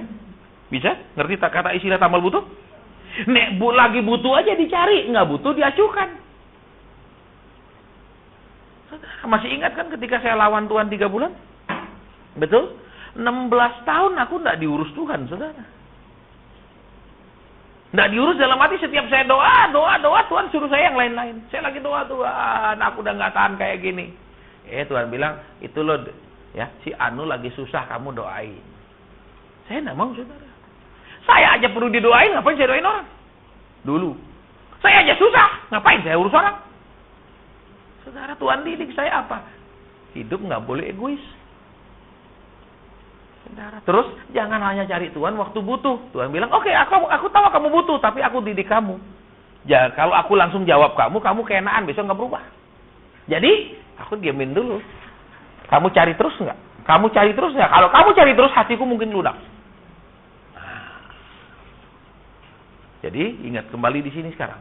Ya, jemaat Laodikia, mereka giat memperkaya diri. Jadi kalau saudara dengar khotbah, saudara akan diperkaya, ditambah, itu saudara memang tipenya jemaat Laodikia. Ya, tapi Pak seperti ngomong nggak perlu uang. Saudara, kita perlu uang. Semua orang perlu uang. Amin. Loh, ini tempat nggak bisa dipakai kalau nggak pakai uang. Saudara, betul? Loh. Iya toh? Saudara. Tapi yang paling penting dulu. Ya? Makanya ada istilahnya salah satu buku yang terkenal itu apa? First thing first. Artinya yang paling penting itu tetap harus dijadikan yang paling penting. Nggak boleh yang paling penting itu dijadikan nomor 2 dan nomor 3. Kenapa? Orang kalau sudah hidup benar, berkat kejar dia. Saudara, dia kerja apa? Kita bilang apapun yang dikerjakan disebut berhasil. Lihat Isa. Ketika kelaparan di tanah negeri Filistin. Betul? Kelaparan toh? Masa kekeringan. Musim kering dia pergi menanam. Kata Alkitab, betul. Nanti baca di Kisah Kejadian. Gagal panennya? Alkitab bilang berhasil. Loh, aneh dah. Musimnya orang tidak bisa nanam, dia nanam kok jadi. Ini piye? Betul? Lah, saudara di sini banyak nanam dan tidak jadi, amin? Ayo ngaku. Berapa orang kan konseling sama saya, Pak, saya rugi. Ya salahmu tuh. Amin. Oke, sekarang sebelum kita tutup, kita break, ada makanan segar, saya juga mau makan dikit. Ya, karena tenggorokan saya kumat lagi sudah, baru sembuh berapa hari flu, ini kayaknya mau naik lagi, heran. Flu sekarang ini agak bandel, saudara. Ya.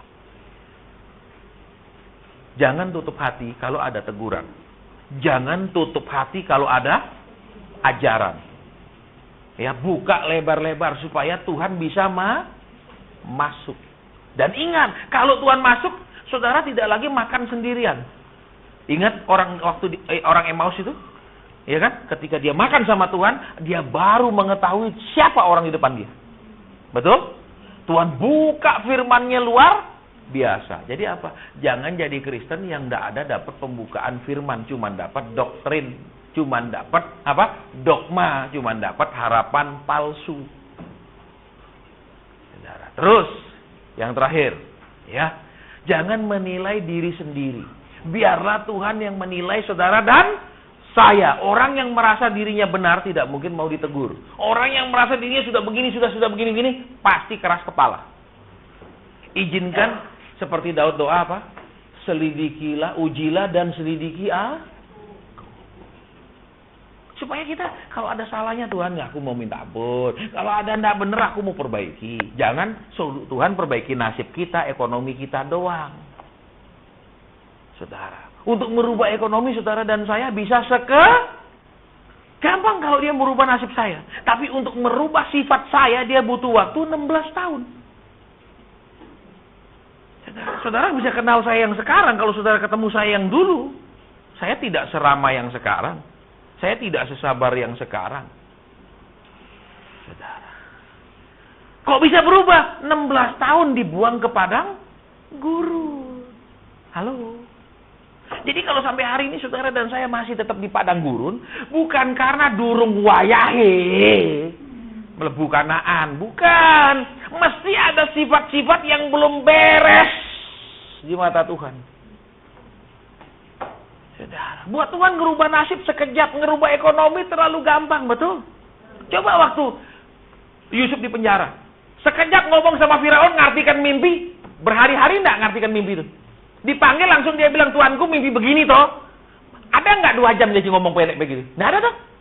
Langsung apa? Kasih pakai baju ungu. Angkat jadi Perdana Menteri. Sekejap toh. Tapi untuk dipersiapkan belasan tahun. Betul? Jadi sekarang coba ingat kembali. Semua kita ingin hidup cukup. Semua kita ingin hidup layak secara ekonomi dan lain-lain. Tetapi Tuhan mau apa? Kita punya rohani dulu layak. Karena kalau dia sudah berkati secara ekonomi, kita tidak belum siap, akan sangat sulit orang kaya masuk surga, kata firman. Amin. Karena kenapa? Contoh kalau orang kaya, dia bisa pilih pendeta kok. Loh, ada saudara, saya nggak sebut di kota mana. Itu tiap hari Minggu dia nggak mau gereja di kotanya. Dia pergi Jakarta beribadah, naik pesawat dia Sabtu, Minggu sore dia pulang. Dia orang kaya. Kenapa? Saya orang kaya. Ngapain saya dengar khotbahnya pendeta biasa? Harus pendeta top di Jakarta. Tiap Sabtu dia berangkat. Ini kisah nyata, saudara, dia punya hotel. Kami biasanya nginep di situ. Oh, memang itu aja hotel yang terbaik di situ. Jadi tidak ada pilihan lain. Sombong sekali. Jadi apa? Saudara, alangkah bahayanya kalau orang kaya tanpa dipersiapkan rohaninya. Betul? Dan juga alangkah bahayanya kalau orang cuma rohani dan tidak ada apa-apa. Amin. Amin. Lo istrinya minta apa, dibilang ya lu doa. Betul? Pak, ini beras nggak ada, doa. Lah ini kan silakan. Amin. Halo. Jadi harus seimbang. Cuman kalau sudah rohaninya benar, itu yang lain-lain nyusul. Kalau rohaninya nggak benar, walaupun dapat seperti kayak khotbah kemarin di radio, pasti hambles. Bisa mungkin hartanya tidak ambles, rumah tangganya bisa hancur dan bubar. Jadi kembali ke sini. Ingat, untuk merubah ekonomi kita sekejap. Tapi untuk merubah karakter kita bisa belasan tahun Tuhan didik, Tuhan tunggu dengan sabar sampai kita benar-benar mau dirubah. Tapi Pak, berarti orang miskin banyak salahnya, orang sudah kaya tidak salah, Bu. Tadi kan sudah dengar, saudara. Orang jemaat Laodikia ukurannya apa? Materinya mereka. Tuhan tidak urus ukuran materinya. Betul? Tuhan bilang, kamu miskin melarat buta telanjang kok di mataku lah. Jadi apa sekarang seimbangnya? Ayo rohaninya dinaikkan. Supaya siap, jasmaninya juga ditambahkan. Kalau iman kita super kuat, kita tangking dia, betul? Tapi kalau iman kita lemah, Tuhan yang kita tangking, diam. Ini yang bahaya. Ya. Tetapi orang laki yang punya uang tidak siap rohani, itu pasti mencelakakan keluarga. Amin? Orang laki juga, saudara perhatikan ini, orang laki yang punya uang tapi tidak rohani. Orang laki yang cuma rohani, toh pasti juga menyesakkan keluarga. Amin? Loh iya tuh, harus seimbang. Kita masih ada dagingnya, perlu makan. Nanti sudah tubuh kebangkitan, kemuliaan, baru nggak perlu. Kayak Tuhan Yesus tuh kemana-mana sampai. Kalau sekarang nggak bisa, saudara, kemana-mana tak kendaraan. Saudara jadi butuh. Amin. Jadi kita mau seimbang, pengajarannya seimbang. Tidak hanya tentang surga hidup kudus, tapi yang utama dulu, rohani akan mendukung segala sesuatu yang jasmani. Tapi yang jasmani belum tentu mendukung yang rohani. Makanya sering, saudara, kalau saya layani orang-orang, selalu seringkali Tuhan ngomong apa? Misalnya, belikan anakmu ini, berikan istrimu ini. Kenapa? Ada hubungan yang perlu diperbaiki dulu antara di dalam keluarga itu, antara suami istri atau antara bapak ibu dengan anak. Barulah berkat itu mulai ditambahkan. Selalu prinsipnya gitu, saudara. Ya, saya dulu tanya Tuhan begini, Tuhan, kenapa sih tiap kau mau berkati orang, kau suruh aku tegur orang itu dulu? Kau suruh aku bilang dia suruh sayangi anaknya dulu, suruh rubah sama istrinya lah, suruh begini. Ternyata saudara, Tuhan mau dia kembali menjadi apa? Menjadi saluran berkat. Apapun yang aku berikan kepada dia akan memberkati anaknya dan istrinya. Jangan sampai aku berikan dia mencelakakan mereka. Dengan apa? Uang banyak. Saudara tahu kalau laki biar jelek sekali, tua sekali, tapi kalau uangnya banyak bisa dapat anak umur 16. Betul? Tapi biar muda sekali, ganteng sekali, nggak punya duit, paling nenek-nenek dia dapat.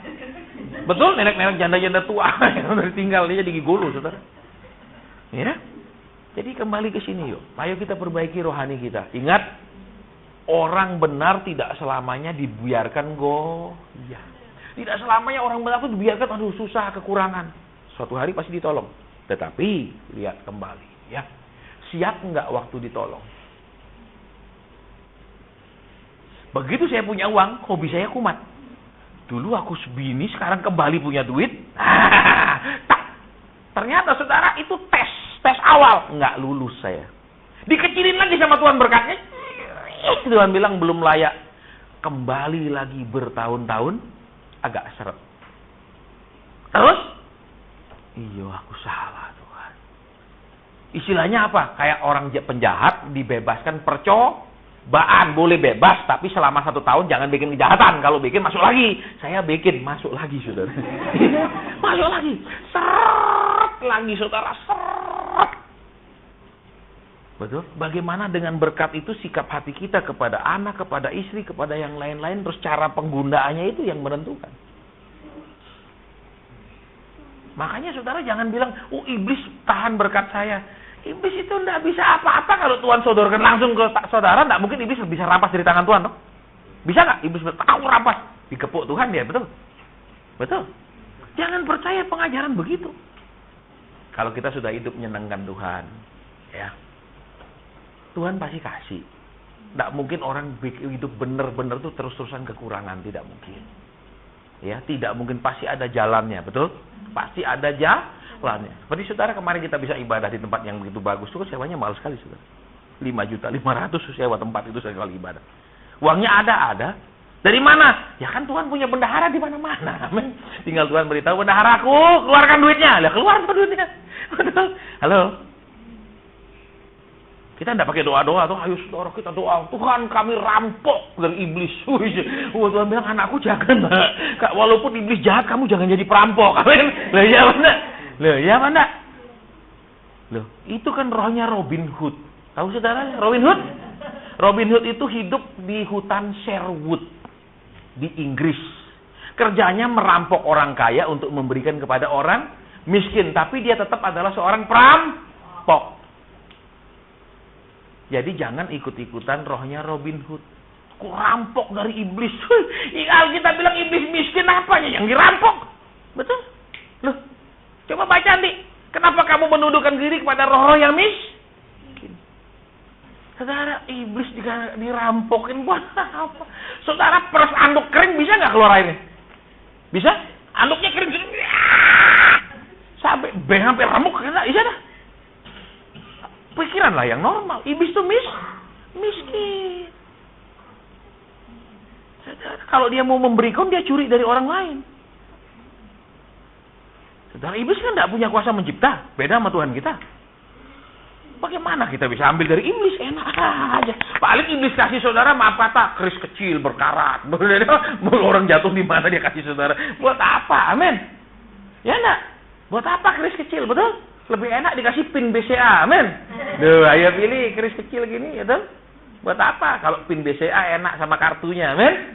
Ya, oke, kita sudah selesai. Jadi siapkan, Tuhan pasti memberkati kita, pasti. Tapi karakter kita dulu harus benar. Jangan sampai berkat menjadi kutuk.